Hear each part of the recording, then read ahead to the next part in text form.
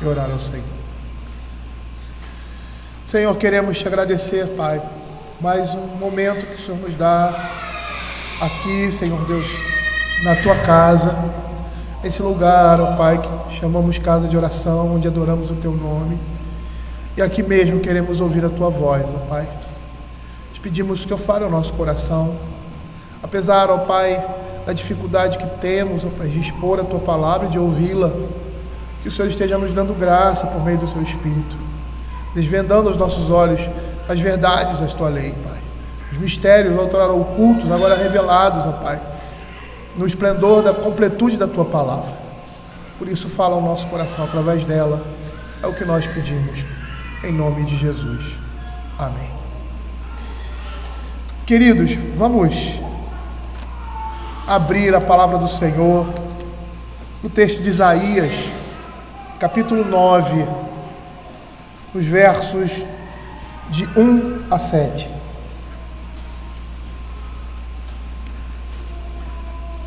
Diz assim a palavra do Senhor: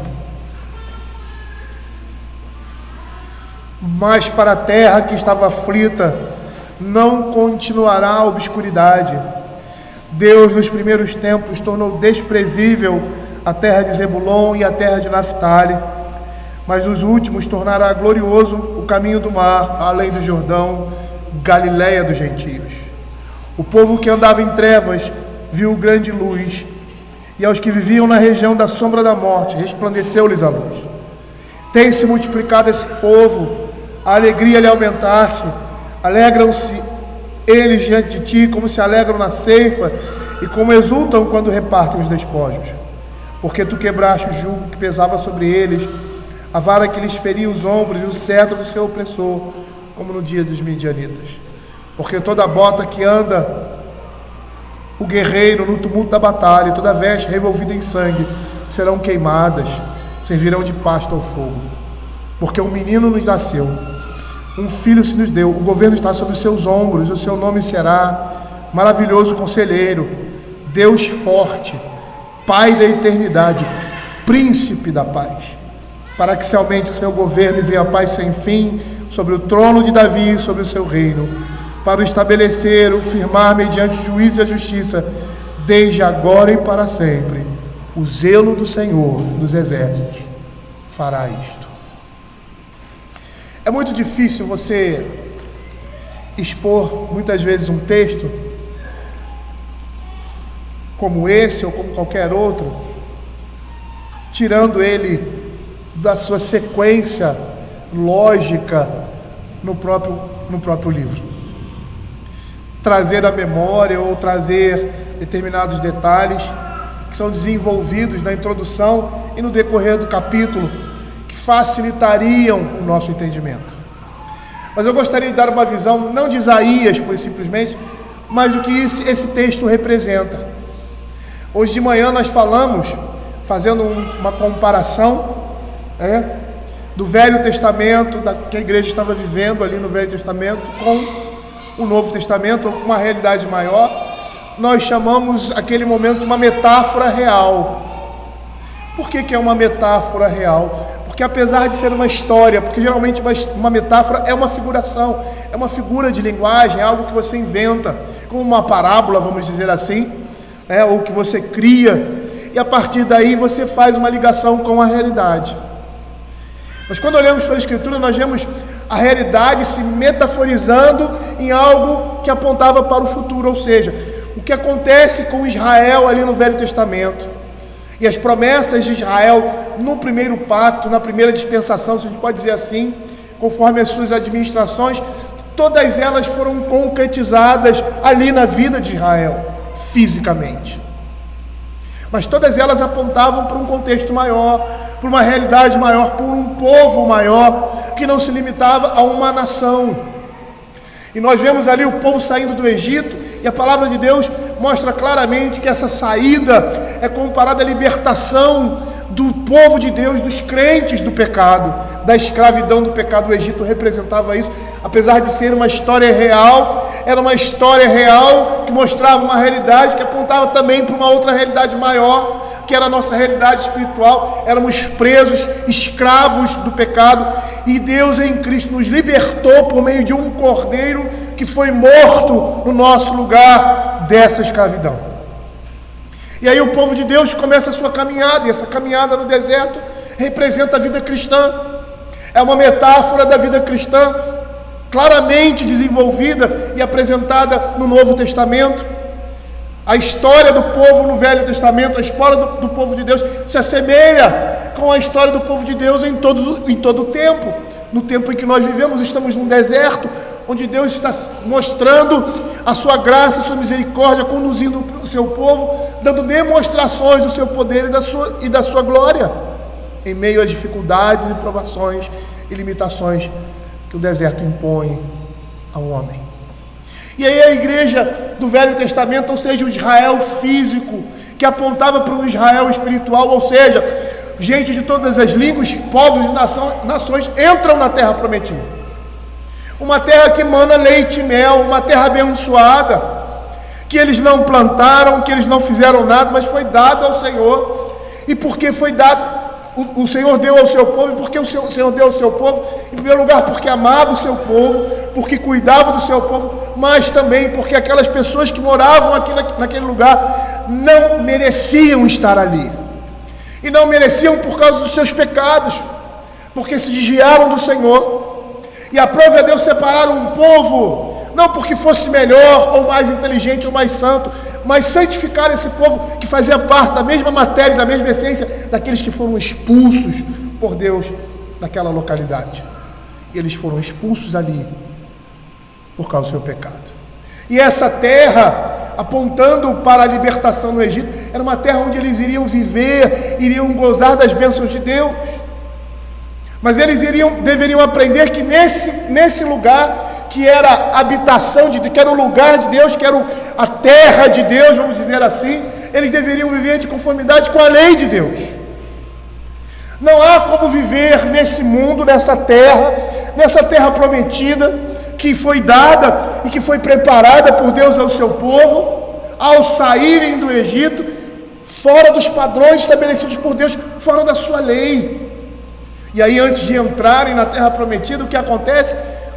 Moisés apresenta ali as bênçãos e as maldições do pacto que Deus fez com o seu povo. E esse pacto determinava que eles iriam para um lugar especial, um lugar reservado, um lugar de bênçãos, como se fosse um novo Éden, uma terra que manava leite e mel. Mas eles entram na terra prometida, conquistam essa terra, porque o Senhor havia dado, mas eles deveriam lutar para conquistar essa terra, e nessa terra eles deveriam viver e gozar da presença de Deus como nação. Então eles entram nessa terra, tomam posse dessa terra, e ao tomar posse já temos algumas dificuldades, porque nem todos os povos que moravam ali foram afastados, e o Senhor fez isso por causa do pecado do povo, para testar o povo, que já inicialmente não se mostrava fiel ao Senhor. Mas esperava-se que o povo entrasse ali e vivesse de conformidade com a lei divina. E ali o Senhor estabelece um rei, e esse rei que iria reinar sobre aquele lugar, sobre aquelas pessoas, sobre o seu povo, iria conduzir o povo segundo a palavra de Deus. Só que o povo de Israel entra ali e percebe que os seus problemas não acabaram. Percebem, como diz o livro de Hebreus, que havia um descanso, um outro descanso. E aquele descanso ali apontava para o último dia. E ali Deus estabelece um rei segundo o seu coração, ou seja, nessa terra, nesse lugar, haveria de ter alguém que estivesse à frente do povo, que cuidasse do povo, que dirigisse o povo como um pastor. Mas esse homem deveria ter um coração segundo o coração de Deus. Como ele mesmo diz: segundo o meu coração. E nós vemos ali, na pessoa de Davi, esse homem segundo o coração de Deus, um tipo de Cristo. Mas ele também se mostra imperfeito. E a partir dali, todos os reis que surgem mostram a sua imperfeição, por mais que apontasse para um tipo de Cristo, e alguns deles apontavam, quando exerciam justiça e juízo, quando conduziam o povo segundo a lei de Deus, se mostraram falhos, e o povo ali se desviou do Senhor. E eles começaram ou continuaram a andar no caminho dos seus pais, que saíram do Egito. O seu coração não era de todo fiel, o coração de Israel não era de todo fiel ao Senhor. E nessa realidade, o Senhor conduzindo o seu povo, por meio desses homens, os profetas, os sacerdotes, especialmente os reis. Nós vemos ali o povo se desviando. Nós vemos um povo que foi separado para ser bênção em todas as nações que viviam ao redor. Agora ele é alvo da ira de Deus por causa dos seus pecados. Porque aqueles que deveriam guiar o povo, conduzir o povo, se juntavam ao povo e pervertiam a lei de Deus, pervertiam o seu chamado. Israel se desviou do Senhor, dentro daquela terra, que era a terra prometida. No meio da bênção de Deus, eles se voltaram contra esse Deus. A tranquilidade, a abundância fizeram com que eles se desviassem do Senhor. E foi isso que Moisés disse em Deuteronômio capítulo 8: quando vocês entrarem na terra, lembrem-se do que Deus fez no deserto, para que o seu coração não se exalte contra o Senhor e vocês esqueçam aquele que é o Senhor da vida de vocês. E nesse percurso nós temos ali os reis, que paulatinamente Israel é dividido em duas nações, e que paulatinamente vão se desviando do Senhor. Judá é uma tribo que permanece mais fiel, mas também se desvia do Senhor, a ponto do juízo de Deus vir sobre toda a nação. Mas nesse momento, na continuidade da progressão da revelação, o Senhor estava providenciando um rei que já havia sido falado ou mencionado desde os primórdios da história da humanidade. Ali no momento da queda, mesmo antes da queda, esse rei é apontado. Mas ali depois da queda, esse rei é apontado como uma criança, como um descendente que viria esmagar a cabeça da serpente. E que serpente é essa? Satanás, o diabo, que seduz o homem ali no Éden, e o homem prefere fazer a sua vontade, a vontade do diabo, do que a vontade de Deus, e ele perverte esse caminho. E há necessidade de uma restauração, e o povo de Deus agora caminha, um povo que Deus separou, caminha para essa restauração, para essa transformação como povo de Deus. E aí os profetas vêm e falam, o povo se desviando, o povo abandonando a lei de Deus, e o juízo iminente sendo proclamado por causa do pecado do povo de Deus. Mas haveria necessidade, pela misericórdia de Deus, de expiar isso. De Deus tem misericórdia do seu povo já lá na queda, quando prepara um descendente, que é o descendente da mulher, para que esse povo, o seu povo, não fosse completamente destruído. É um povo agora que está cego, porque não consegue ver a luz do Evangelho, da graça de Deus, a luz de Deus, e ele precisa de um guia, ele precisa de um pastor, ele precisa de um rei. E na história de Israel, O Senhor providencia esses reis, esses homens que estarão à frente do povo de Deus para conduzi-lo nos caminhos do Senhor. E todos eles apontavam na sua função para Cristo. Davi, quando conquista todos os povos ao seu redor, e ali no finalzinho, um pouco antes do final do seu reinado, não sei quanto tempo antes, a Escritura diz que houve paz, porque Davi destruiu e conquistou todos os seus inimigos. E na realidade aquilo ali apontava para Cristo.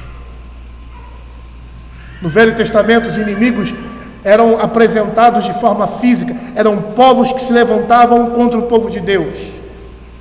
Há um período de dominação territorial, de expansão de impérios, e determinados reinados e reis e nações que não conheciam o Senhor queriam avançar cada dia mais e conquistar a terra, conquistar esse mundo. E eles se levantam contra o povo de Deus. E se levantam contra o povo de Deus porque são inimigos de Deus. E nem percebiam, nem sabiam disso. A inimizade demonstrada aqui nesse caso, os inimigos que se levantavam por nada contra Israel, por motivo algum, mostra a realidade espiritual do reino da luz e o reino das trevas, que estão em constante oposição.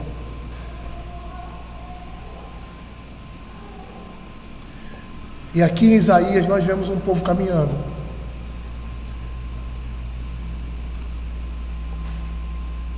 Os filhos da luz e os filhos das trevas no meio do povo de Deus.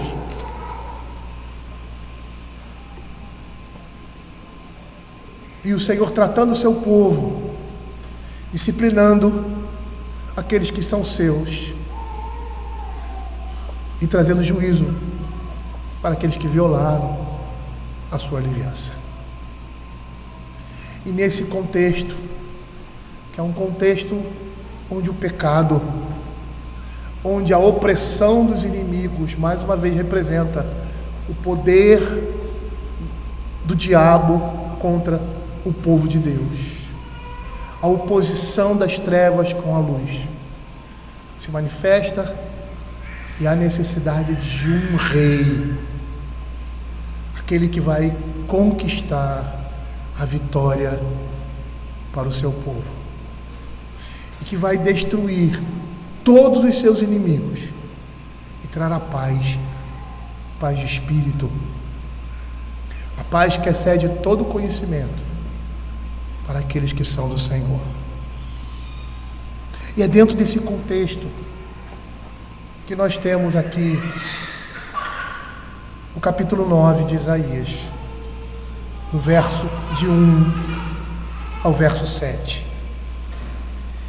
E nesse segmento, o profeta alcança o clímax da sessão que se inicia lá no capítulo 7, no verso 1 e 2, que diz assim: sucedeu nos dias de Acais, filho de Jotão, filho de Uzias, rei de Judá, que Rezim, rei da Síria, e Peca, filho de Remalias, rei de Israel, subiram a Jerusalém para pelejarem contra ela, porém não prevaleceram contra ela. Deu-se aviso à casa de Davi: a Síria está aliada com Efraim.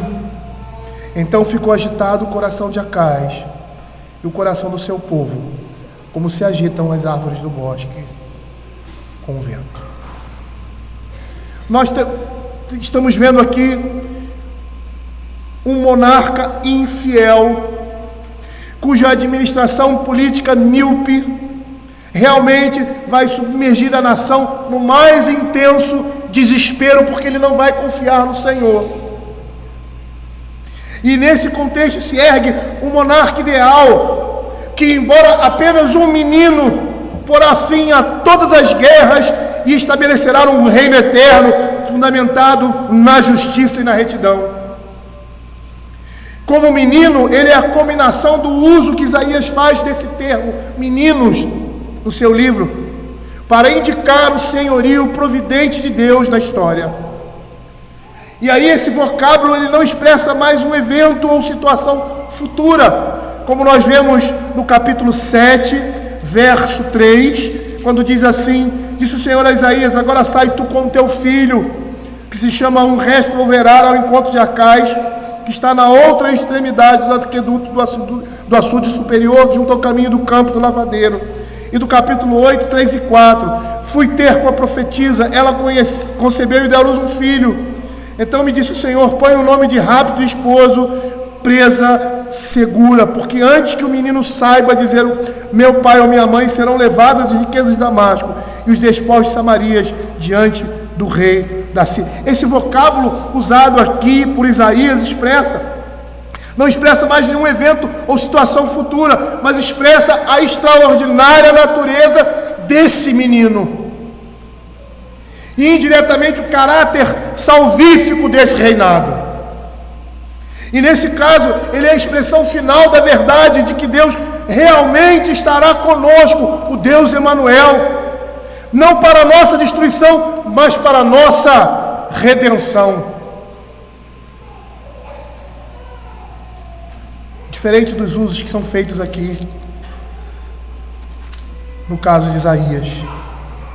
E como manifestação do propósito último de Deus, Isaías capítulo 9, verso 1, forma a conclusão, as reflexões que começam no capítulo 8, verso 11, quando diz assim: porque assim o Senhor me disse, tendo forte a mão sobre mim, e me advertiu que não andasse pelo caminho deste povo, dizendo: não chameis conjuração a tudo quanto este povo chama conjuração, nem temais o que ele teme, nem tomeis isso por temível. Ao Senhor dos exércitos, a ele santificai, seja ele o vosso temor, seja ele o vosso espanto.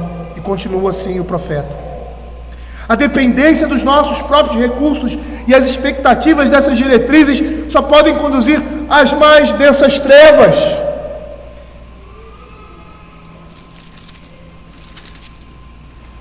Acais prefere confiar nos homens, na Assíria, e não confiar no Senhor. Esse foi o caminho que ele seguiu quando recusou as instruções e os testemunhos de Deus. Os capítulos 7 a 12 fornecem a introdução histórica à unidade, confrontando com as ameaças da Síria e Israel do norte. Acais teve a oportunidade de confiar em Deus para o seu livramento. Ele foi atacado por essas duas nações. E em vez disso, agora, nesse momento quando elas se juntam, ele se confia na Síria, o seu pior inimigo. E o resultado disso, como predisse Isaías, foi que a própria Síria devasta a terra. Se Israel já tivesse se tornado uma nação serva, por meio de quem Deus decidiu manifestar-se ao mundo, já teria aprendido que não se pode confiar nas nações, mas somente em Deus. E no desamparo dessas trevas, Deus, por meio de um reino vindouro, ainda fará brilhar a luz do seu próprio poder que liberta. Os versos 2 e 3 desse capítulo revelam a nova situação do povo, que é resultado da atuação divina em livrá-los e em pôr fim à guerra. Mas a terra que estava aflita continuará a sua obscuridade. O povo que andava em trevas viu grande luz, e os que viviam na região da sombra da morte resplandeceu-lhes a luz. Tens multiplicado esse povo, a alegria lhe aumentaste. Alegrem-se eles diante de ti, como se alegram na ceifa, e como exultam quando repartem os despojos. E isso é resultado da atuação divina em livrá-los e por fim a guerra, que os versos 4 e 5 vão demonstrar. Porque tu quebraste o jugo que pesava sobre eles, a vara que lhes feria os ombros, o cetro do seu opressor, como nos dias dos medianitas. Porque toda bota que anda o guerreiro no tumulto da batalha, e toda veste revolvida em sangue serão queimadas, servirão de pasto. Essa atividade, porém, em si mesma é um resultado do nascimento do rei ideal, que nós estamos vendo aqui no verso 6, tendo no verso 7 a descrição desse reino. E é nesse contexto que as palavras do profeta se iniciam, quando diz assim: mas a terra que estava aflita não continuará a obscuridade, Deus nos primeiros tempos tornou desprezível a terra de Zebulon e a terra de Naftali, mas nos últimos tornará glorioso o caminho do mar, além do Jordão, Galiléia e dos gentios. E o que nos lembra esse texto? Nos lembra o batismo do Senhor Jesus. Lá está claramente declarado, e do nada se coloca isso ali em Marcos, capítulo 1, verso 9, vamos citar esse texto mais à frente. Naqueles dias veio Jesus de Nazaré da Galiléia. A necessidade de se mostrar aí de onde ele vem, porque essa região aqui, que o capítulo 9 está dizendo, mas a terra que estava aflita não continuará a obscuridade. Deus nos primeiros tempos tornou desprezível a terra de Zebulon e a terra de Naftali, isso por causa dos seus pecados. A terra, mas os últimos tornará glorioso o caminho do mar, além de Jordão, Galiléia dos gentios. Era um lugar que se tornou desprezível por causa dos seus pecados, e foram eles levados dali. A Assíria entra e leva esse povo, e enche aquele lugar ali de pessoas que não amavam ao Senhor, de pessoas estranhas a Israel. Mas aquele lugar que se torna desprezível agora, ele é exaltado, ele torna-se glorioso, porque é dali que vem o Messias. A referência do verso 1 aqui seria com relação à lei e ao mandamento, e isso está no verso 19 aqui, declarado de forma implícita: por causa da ira do Senhor dos Exércitos, a terra está abrasada, e o povo é parte de fogo, ninguém poupa a seu irmão. O povo deveria, ao ouvir isso, se apegar a essa revelação, ao passo que sua rejeição levaria à noite, ou seja, à morte e à miséria. E aqui nós vemos uma promessa de um futuro melhor, reservado para aqueles que creem. Terra de Zebulon e terra de Naftali, essas localidades, é o que nós conhecemos no Novo Testamento como a região da Galiléia. E elas recebem esse nome porque eram habitadas originalmente por gentios, que continuaram a habitá-la por muito tempo. No passado ela foi humilhada, essa região era bastante vulnerável à influência e domínio gentílico, foi uma região destruída de forma severa durante as guerras sírias.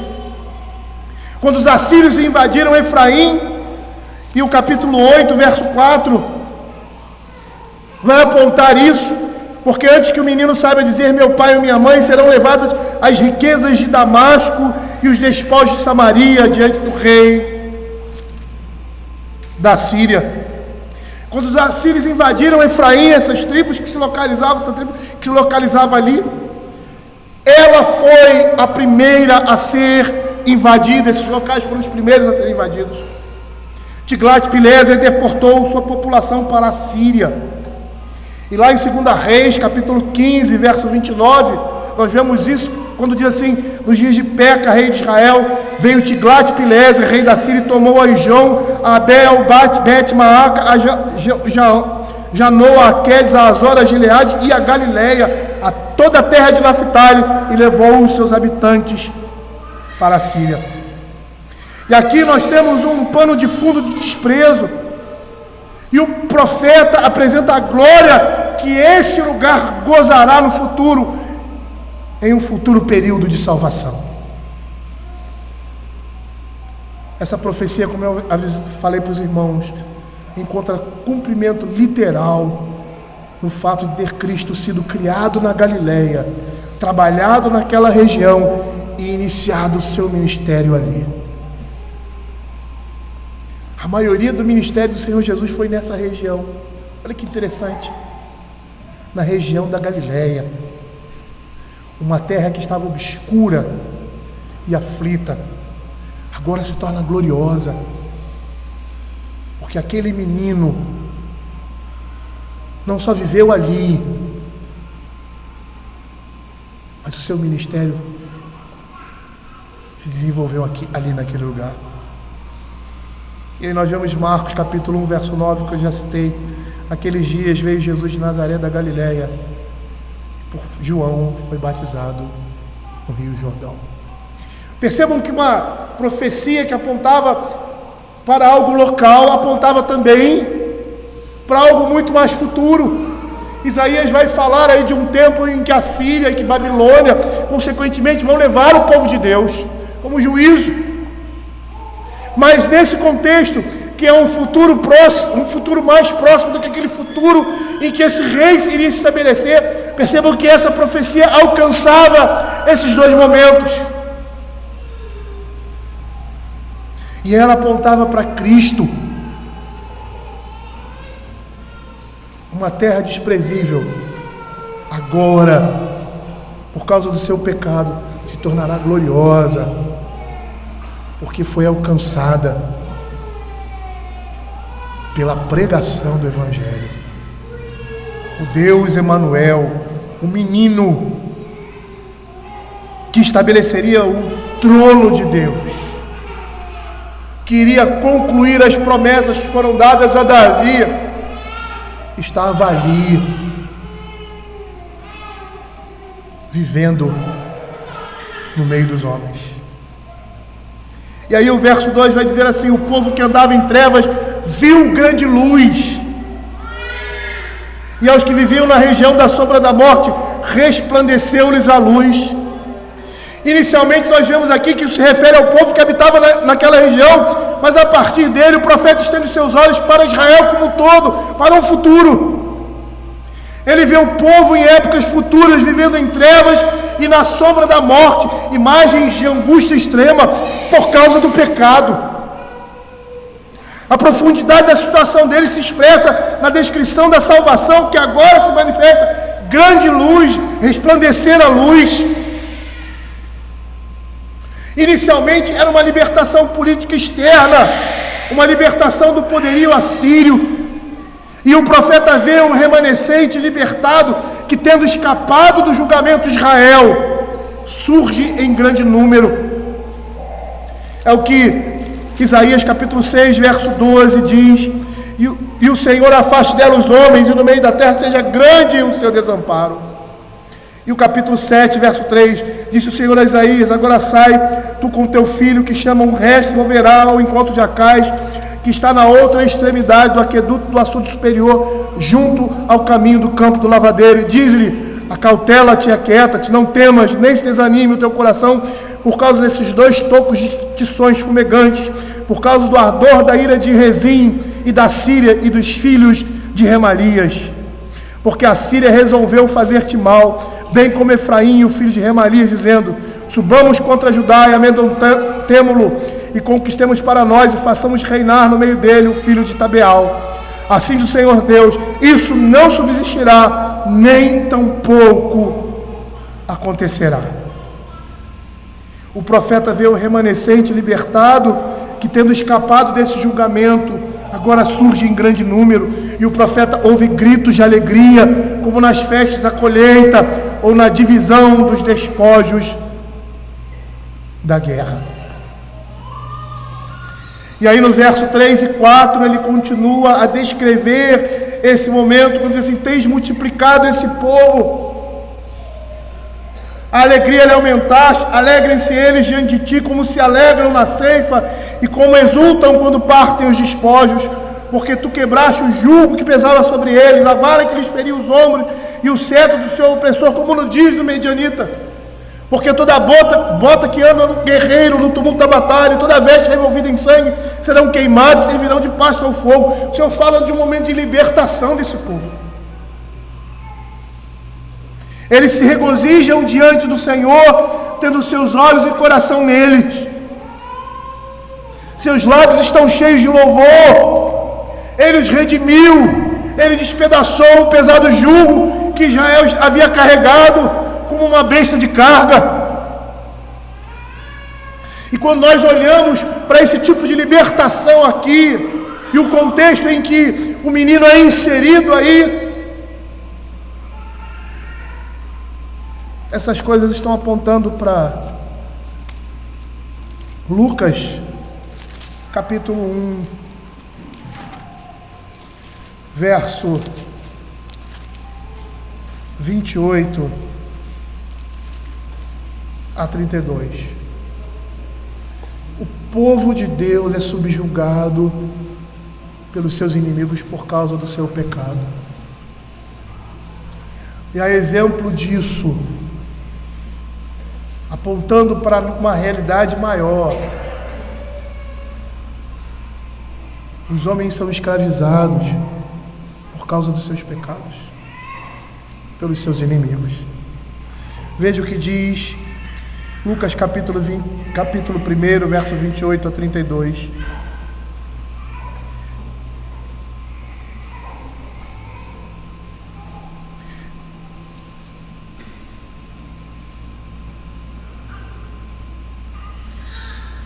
E entrando o anjo aonde ele estava, diz: alegra-te muito, favorecida, o Senhor é contigo.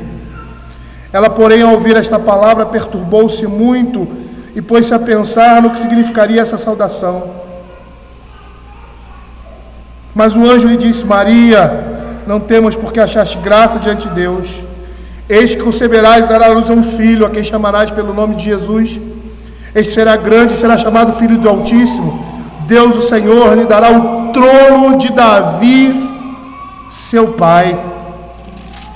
Veja o que Lucas capítulo 2, verso 28 a 32 também diz.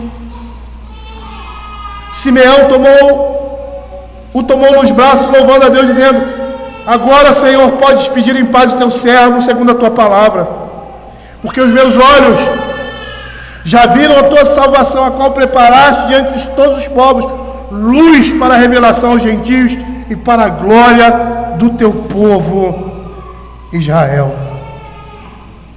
Essa grande luz aponta para Cristo. Ele despedaçou toda a vara com que eram açoitados. Ele despedaça o cetro do opressor.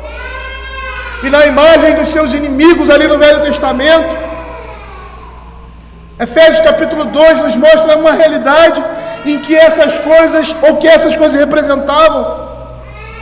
Quando lá no verso 2 diz assim: nos quais andaste outrora, segundo o curso deste mundo, segundo o príncipe da potestade do ar, do espírito que agora atua nos filhos da obediência. Ou seja, o cetro, o poder de Satanás sobre aqueles que são do Senhor, sobre os eleitos de Deus. Ele quebra esse jugo, como quebrou o jugo da Síria. Uma libertação para a qual apenas os mais gloriosos exemplos da passada história, como a derrota dos midianitas, podem servir de comparação. Como no dia dos midianitas. Ele se remete a Gideão. A forma, abram aí Juízes capítulo 7, a forma grandiosa e gloriosa que Deus, pelo seu poder, liberta o seu povo da opressão dos seus inimigos. Veja aqui o verso 12, do capítulo 7. Os medianitas, os amalequitas e todos os povos do Oriente cobriam o vale como gafanhotos em multidão, e eram os seus camelos em multidão inumerável, como a areia que há na praia do mar. Chegando, pois, Gideão, eis que certo homem estava contando um sonho ao seu companheiro e disse: tive um sonho, e eis que um pão de cevada rodava contra o arraial dos midianitas, e deu de encontro à tenda do comandante, de maneira que esta caiu e se virou de cima para baixo, e ficou assim estendida. Respondeu-lhe o companheiro e disse: não é isto outra coisa senão a espada de Gideão, filho de Joás, homem israelita.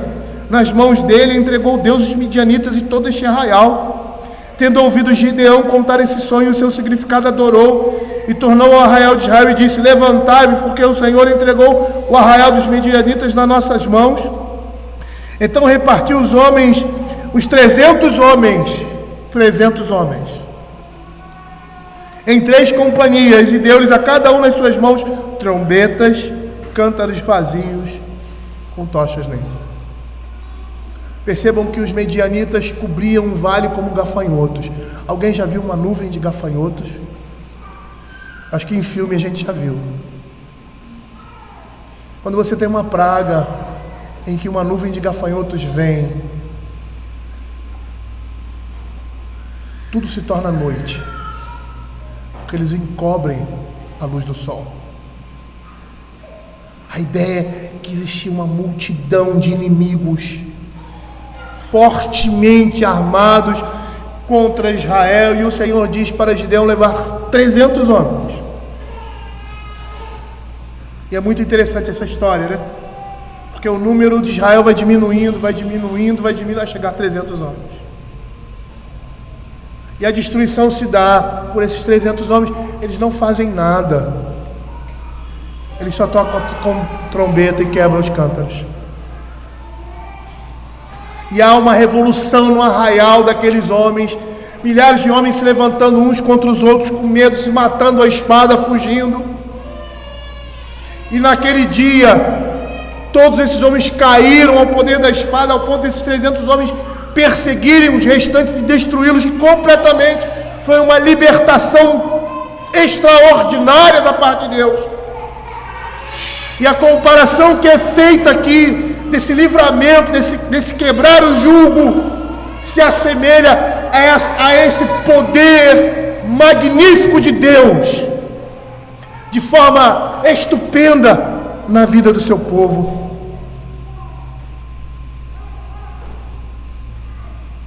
Ele diz: tens multiplicado esse povo, a alegria de aumentar. E que alegria é essa? Essa alegria se refere à destruição completa da obra de Satanás. Alegria do povo em ser liberto dos seus inimigos, daqueles que os oprimiam ferozmente. E quem conhece a história sabe que a invasão assíria e a invasão babilônica é uma invasão devastadora.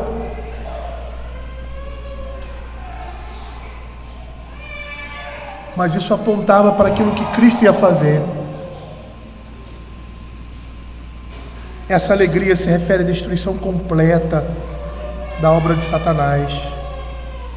Lá em 1 João capítulo 3, verso 8, a palavra do Senhor diz assim: aquele que pratica o pecado procede do diabo, porque o diabo vive pecando desde o princípio. Para isso se manifestou o Filho de Deus, para destruir as obras do diabo. Esse menino se levanta para destruir as obras do diabo. Jesus se levanta para destruir os inimigos dos homens. E é isso que nós vemos nas Sagradas Escrituras. Lá em Mateus, capítulo 22,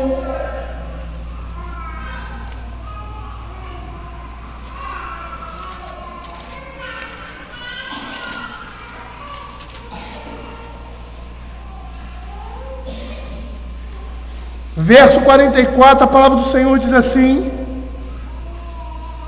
disse o Senhor ao meu Senhor: assenta-te à minha direita, até que eu ponha os teus inimigos debaixo dos teus pés. Jesus se levanta para destruir os inimigos do homem. E a palavra de Deus diz que o último inimigo a ser vencido será a morte. Lá em 1 Coríntios capítulo 15, verso 24 a 28, a palavra de Deus diz assim: então virá o fim, quando ele entregar o reino a Deus Pai, quando houver destruído todo o principado, bem como toda potestade e poder, porque convém que ele reine até que haja posto todos os inimigos debaixo dos pés. O último inimigo a ser destruído é a morte, porque todas as coisas sujeitou debaixo dos pés. E quando diz que todas as coisas estão sujeitas, certamente exclui aquele que tudo lhe subordinou. Quando, porém, todas as coisas estiverem sujeitas, então o próprio Filho também sujeitará aquele que todas as coisas lhe sujeitou, para que Deus seja tudo em todos. A alegria que é falada aqui é a alegria de serem libertados do império das trevas, do inimigo das suas almas. O apóstolo Paulo, lá em Colossenses capítulo 1, verso 13 e 14, ele diz assim: ele nos libertou do império das trevas, nos transportou para o reino do Filho do seu amor, no qual temos a redenção, a remissão dos pecados. O profeta compara a aflição do período de opressão militar com o aperto espiritual submetido pelo pecado, pelo poder das trevas. E aí, ainda na fala do profeta, continuando com essa descrição, ele diz assim: porque toda bota com que anda o guerreiro no tumulto da batalha, e toda veste revolvida em sangue serão queimadas, servirão de pasto ao fogo. Todo equipamento de combate por meio do qual o poderio mundial causava injustiça e violência, para triunfar, eles serão destruídos, eles vão para o fogo. É um reino de paz que está sendo proclamado aqui, e esse reino é chegado na pessoa desse menino. Isaías capítulo 2, verso 4, ele vai dizer assim: ele julgará entre os povos e corrigirá muitas nações. Estas converterão as suas espadas em relhos de arado e suas lanças em podadeiras. Uma nação não levantará espada contra a nação, nem aprenderão mais a guerra. Um reino de paz será proclamado. Isso me faz lembrar do que Paulo diz em Romanos capítulo 5, verso 1: justificados, pois, mediante a fé, temos paz com Deus, por meio de nosso Senhor Jesus Cristo. E esse reino de paz, ele é descrito como um estado de coisas em que o Senhor liberta o seu povo da opressão do pecado. Paulo, em Romanos capítulo 6, verso 6, ele vai dizer assim: sabendo isso, que foi crucificado com ele o nosso velho homem, para que o corpo do pecado seja destruído, e não sirvamos o pecado como escravos. A Escritura está dizendo que toda arma contra nós irá perecer. E é nessa perspectiva que lemos o apóstolo Paulo lá em Romanos capítulo 31 a 39, quando ele diz assim: que diremos, pois, à vista dessas coisas? Se Deus é por nós, quem será contra nós? Aquele que não poupou seu próprio filho, antes por todos nós o entregou, porventura não nos dará graciosamente com ele todas as coisas? Quem intentará acusação contra os eleitos de Deus? É Deus quem os justifica. Quem os condenará? É Cristo Jesus quem morreu, antes quem ressuscitou, o qual está à direita de Deus, também intercede por nós. Quem nos separará do amor de Cristo? Será tribulação, angústia, ou perseguição, ou fome, ou nudez, ou perigo, ou espada? Como está escrito: por amor de ti somos entregues à morte o dia todo, fomos considerados como ovelha para o matadouro. Em todas essas coisas, porém, somos mais que vencedores por meio daquele que nos chamou, porque eu estou bem certo de que nem a morte, nem a vida, nem os anjos, nem os principados, nem as coisas do presente, nem do porvir, nem os poderes, nem a altura, nem a profundidade, nem qualquer outra criatura poderá separar-nos do amor de Deus que está em Cristo Jesus, nosso Senhor. Quando nós olhamos para esse texto, eu tenho certeza da dificuldade que os sábios de Israel, os escribas, os doutores da lei tiveram ao olhar esse texto. Nós só podemos compreender porque no meio dele ele está falando de Cristo. E tudo aquilo que está relacionado a um futuro próximo de Israel, a uma libertação futura, e no caso aqui a Síria e Babilônica, apontavam mais uma vez para a libertação em Cristo. É essa ligação, os versos 6 e 7, que fazem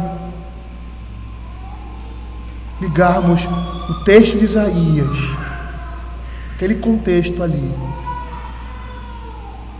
a um contexto maior, a realidade da igreja.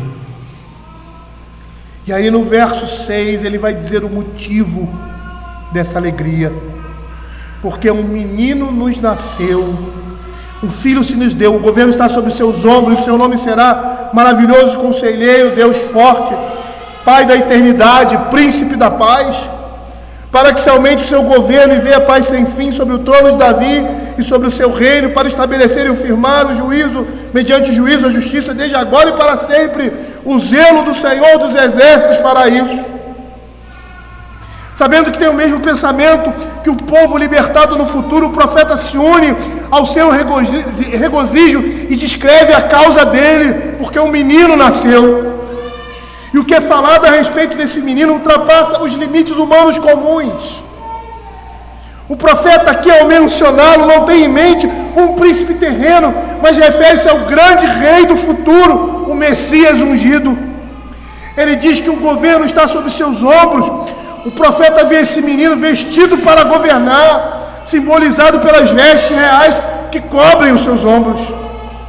E aí, em seguida, ele descreve a pessoa dele, revelando o seu nome, a expressão exata do seu ser. E esse nome é essencialmente glorioso, que para ser captado precisa de vários títulos distintivos. E o primeiro é maravilhoso conselheiro.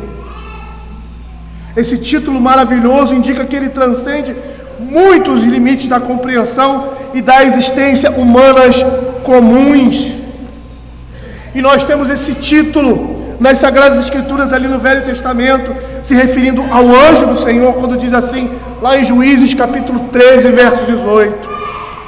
Respondeu-lhe o anjo do Senhor e lhe disse: por que perguntas assim pelo meu nome, que é maravilhoso?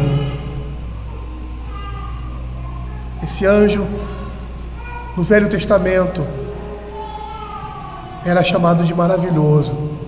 E o contexto aí é o contexto do nascimento de Sansão. Mas ele é chamado de maravilhoso conselheiro. Ele é ungido com um espírito de sabedoria, como nós vimos ali em Marcos, capítulo 1. A descida do Espírito Santo sobre Jesus.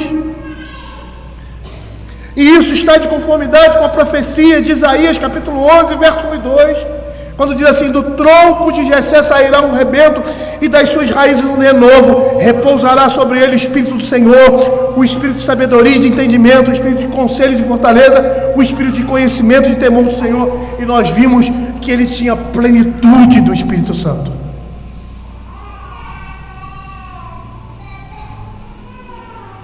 Como nenhum homem jamais teve. Mas ele, como homem, teve essa plenitude do Espírito Santo, porque também era Deus. Por isso ele é chamado de maravilhoso conselheiro. A sabedoria tinha fonte na sua existência. E esse menino tem em si conselhos sábios e necessários ao exercício do seu ofício real, e que são indispensáveis à salvação do seu povo, porque é dessa forma que o povo de Deus é conduzido por esse rei. E aí temos vários textos que vão falar sobre essa sabedoria, como Isaías, que diz assim a respeito de Deus. Quem foi que deu o conselho a ele? Quem foi o seu conselheiro? Qual foi o sábio que o aconselhou? Por isso ele é também chamado de Deus forte. Esse menino é chamado de maravilhoso conselheiro, mas é chamado também de Deus forte. E essa dupla designação refere-se ao poder heróico que, juntamente com o seu conselho, constitui as qualidades fundamentais do rei.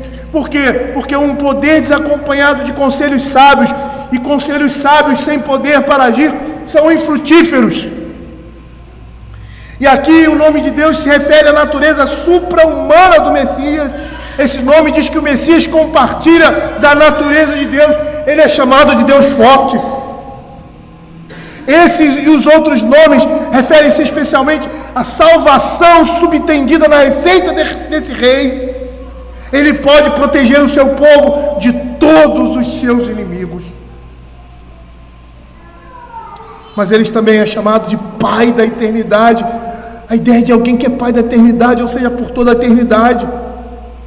E aqui, quando ele usa essa expressão pai, ele está se referindo ao seu povo. Esse rei que cuida de forma bondosa e amorosa, como um pai cuida dos seus filhos. Sua paternidade é perene, pois seu reino não terá fim. E por último, ele é chamado Príncipe da Paz. Ou seja, todos os nomes culminam nesse. E aí o profeta retorna à descrição da paz que nasce de Israel no verso 4. Porque tu quebraste o jugo que pesava sobre eles. Não se refere somente à cessação de luta, mas à salvação, bênção e felicidade. Depois de libertado o povo da opressão do seu inimigo, ele desfruta do cetro ininterrupto de prosperidade e deleites. Justificados mediante a fé, temos paz com Deus, por meio do nosso Senhor e Salvador Jesus Cristo. E aí o profeta termina essa parte dizendo assim: para que se aumente o seu governo e venha a paz sem fim sobre o trono de Davi, sobre o seu reino, para estabelecer e o firmar mediante o juízo e a justiça, desde agora e para sempre. O zelo do Senhor dos exércitos fará isso. E em correspondência aos seus nomes e ao caráter da sua pessoa expressa neles, o profeta apresenta o seu governo, um governo que não terá fim e que encherá toda a terra.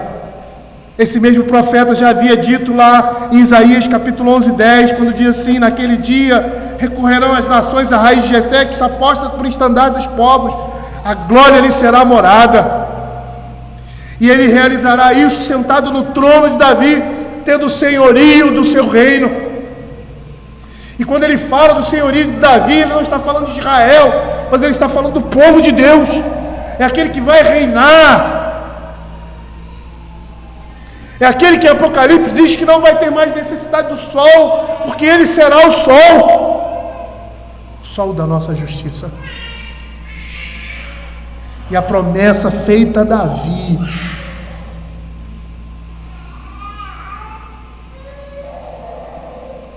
se cumpre nele. A promessa que ele faz lá em 2 Samuel capítulo 7, verso 12. Veja o que diz aqui. Mais uma vez, a profecia apontando para um futuro próximo, mas sendo direcionada a algo muito maior. E aqui no caso, o próprio Cristo. Quando teus dias se cumprirem e descansarem com teus pais, então farei levantar depois de ti o teu descendente, que procederá de ti, estabelecerei o seu reino. Este edificará uma casa ao meu nome, eu estabelecerei para sempre o trono do seu reino. Parece que ele está falando de Salomão, né? E de uma certa forma ele está falando. Mas o que o Senhor diz quando ele fala assim para os seus inimigos? Em 3 dias destruirei esse tabernáculo e reconstruirei. Este edificará a casa ao meu nome. Eu estabelecerei para sempre o trono do seu reino. Eu lhe serei por pai, e ele me será por filho. Se vier a transgredir, castigá-lo-ei com varas de homens e com açoites filhos dos homens. Mas a minha misericórdia não se apartará dele, como a retirei de Saul, a quem tirei diante de ti. Percebam, uma linguagem profética, ela ultrapassa. Ela fala de uma coisa e ao mesmo tempo está falando de outra. Porém a tua casa e o teu reino serão firmados para sempre diante de ti. Teu trono será estabelecido para sempre, segundo todas as palavras e conforme toda esta visão. Assim falou Natã Davi. E aqui, queridos, esse grande filho de Davi se contrapõe a Acais, que foi citado no início, que faz parte desse contexto que começa no capítulo 7, nesse grande contexto de Isaías. O apóstata, Acrás, que representa a casa de Israel.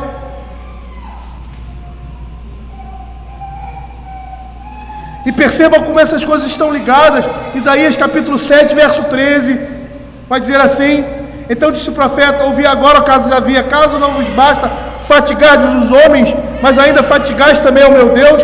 Portanto o Senhor mesmo vos dará um sinal.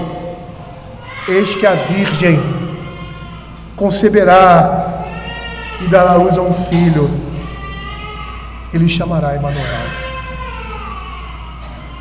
Ele estabelecerá e sustentará esse reino de forma que não precisará temer ataque algum, fazendo isso mediante a justiça o juízo e a justiça. E ele reinará mediante os padrões do próprio Deus, violados naquele tempo pelos reis de Judá.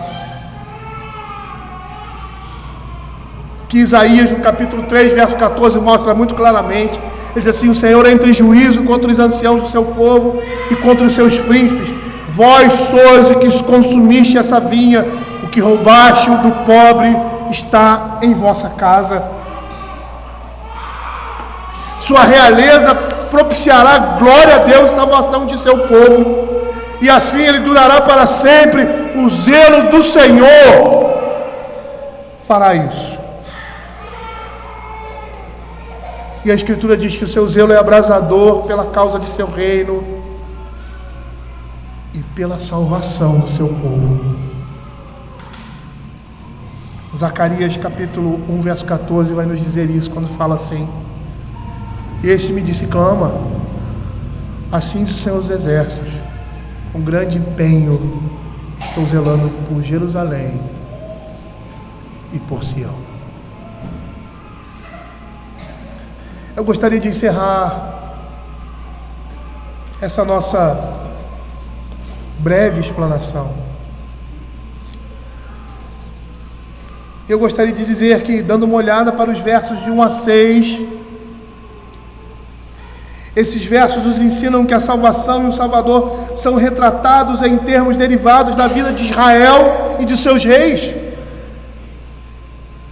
A realeza de Davi e a sua dinastia é um instrumento da realeza de Deus sobre Israel.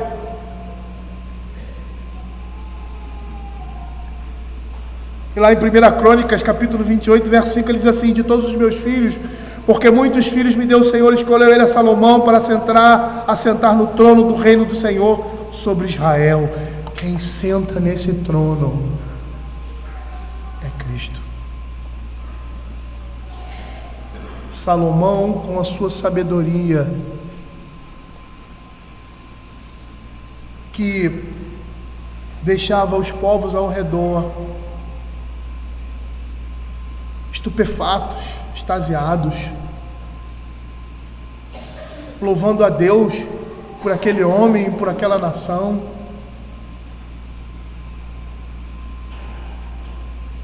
Tipificava a sabedoria divina.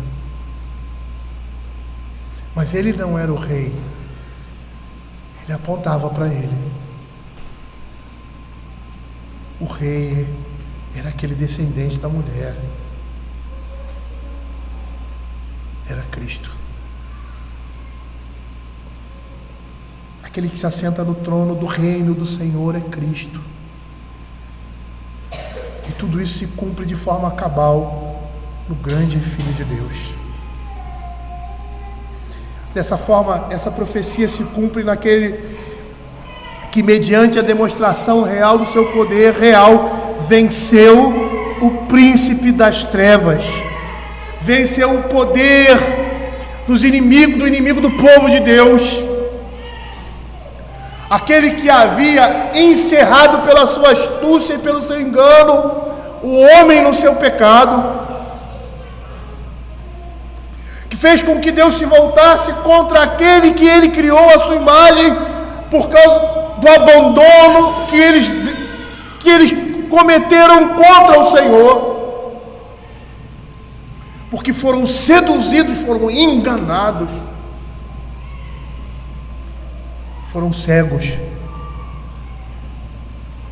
E esse poder agora é destruído na vida deles.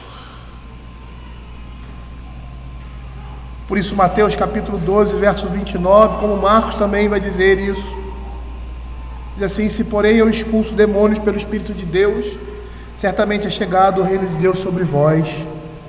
Ou como pode alguém entrar na casa do valente e roubar os bens, sem primeiro amarrá-lo, e então lhe saqueará a casa? Jesus estava dizendo que ele era mais forte do que o valente. O valente não era páreo para ele. O inimigo de Deus, dos homens, não era páreo para o varão perfeito, que é Cristo.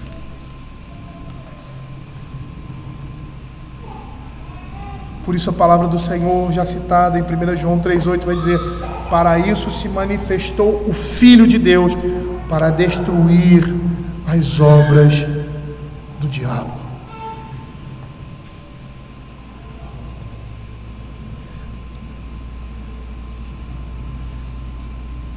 Nós estamos aguardando o dia em que Deus em Cristo fará raiar a alvorada do seu reino de paz, que já foi estabelecida, que abrangerá céus e terras, e todos nós iremos dizer: tragada foi a morte pela vitória. Onde está a morte, a tua vitória? Onde está a morte, o teu aguilhão? A vinda desse menino fará isso, ou seja, fez isso. E nós agora estamos aguardando o momento final. A guerra foi vencida.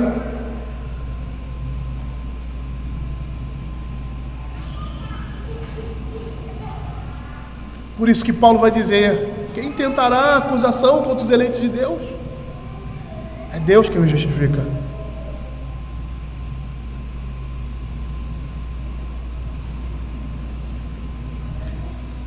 Eu me lembro num documentário que vi sobre a Segunda Guerra Mundial,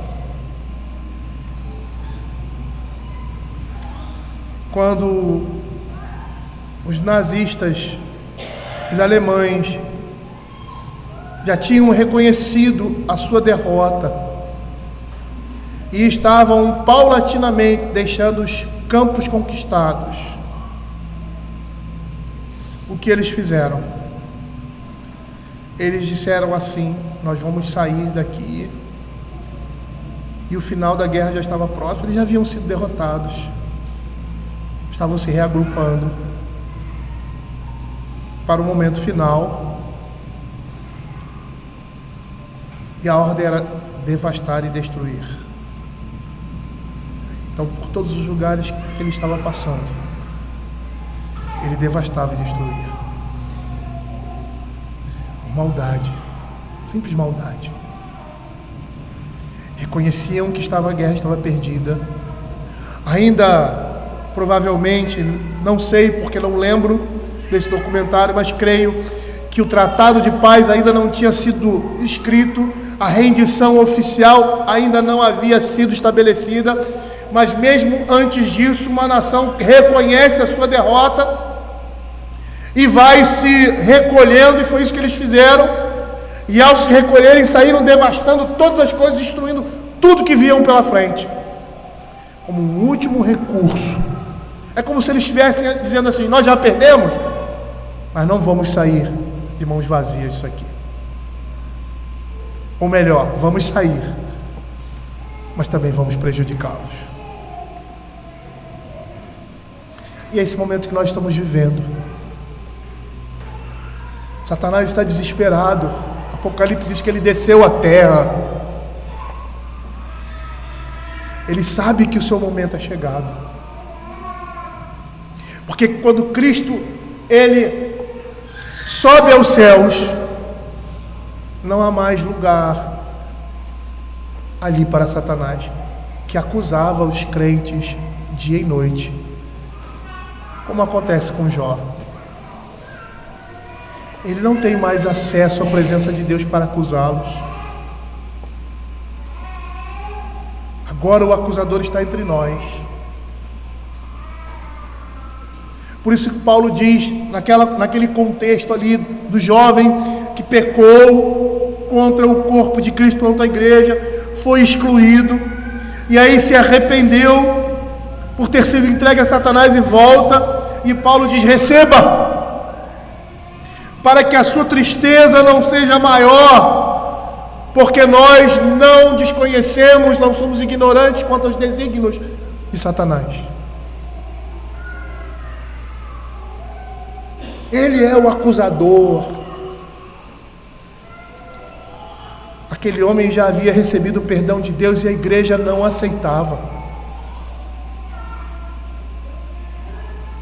Mas agora, demonstrado o seu arrependimento, recebido no corpo de Cristo, a igreja deveria aceitá-los, porque se não fizessem assim, estariam agindo como Satanás.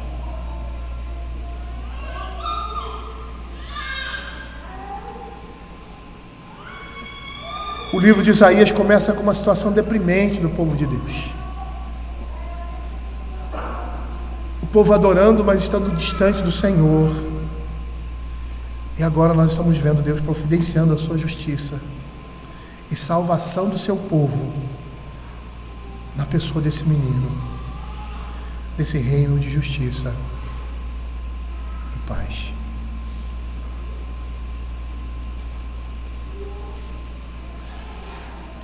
Essa época se convencionou como Natal. E como nós sabemos, não existe calendário litúrgico na igreja protestante. O calendário litúrgico na igreja protestante, isso é ranço católico, se resume a um dia, que é o dia do Senhor. E nesse dia, todas as promessas, todas as festas do Velho Testamento estão direcionadas para Ele. Porque foi nesse dia que o Senhor Jesus ressuscitou dos mortos, cumprindo assim aquilo que Deus estabeleceu. Hoje nós vivemos na ótica do reino de Deus, de um reino concretizado. Não que o Velho Testamento, esse reino não estivesse concretizado fisicamente, não. Fisicamente no sentido de Cristo ser a plenitude dos tempos, porque esse reino sempre existiu. E esse reino ali no Velho Testamento era circunscrito a Israel.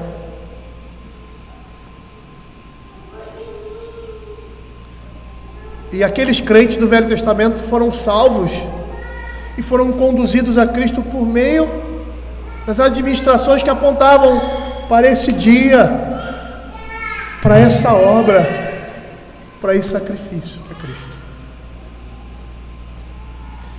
Ao falarmos do nascimento de Jesus,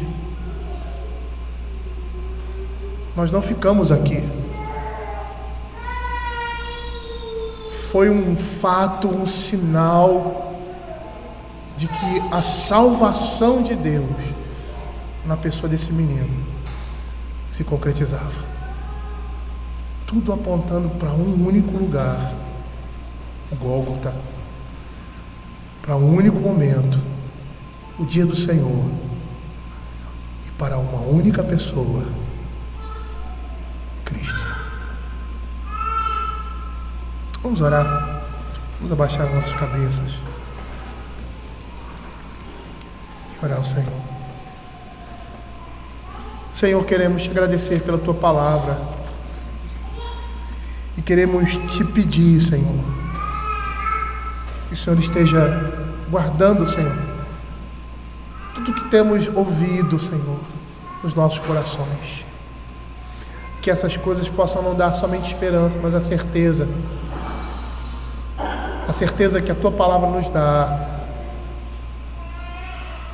de que nós estamos em Cristo Jesus, fazemos parte do seu reino, somos herança, somos filhos de Deus por meio de Cristo.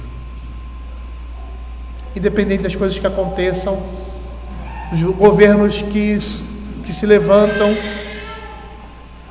e que, de certa forma, Pai, querem usurpar o lugar de Deus e não dar a glória a Ele, ser um instrumento dEle, porque desconhecem o próprio Deus. O Senhor está sobre o seu trono, Ele reina, e todas essas coisas estão sendo amontoadas para o dia do juízo, porque eles já são fracassados e derrotados em todos os seus intentos. Por mais que aparentemente consigam estabelecer um governo, uma ideologia, contrários à palavra de Deus, essa permanece eternamente. E é por meio dessa palavra que esses homens serão julgados, porque deveriam se submeter ao Senhor, conduzir os homens, dar condições aos homens para que eles possam caminhar no caminho da salvação.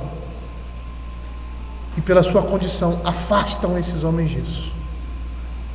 Eles irão responder diante do Senhor sobre todas as coisas, o Criador desse universo, libertador do seu povo.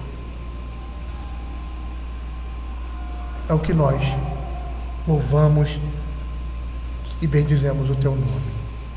Amém. Queridos, vamos ficar de pé e vamos terminar.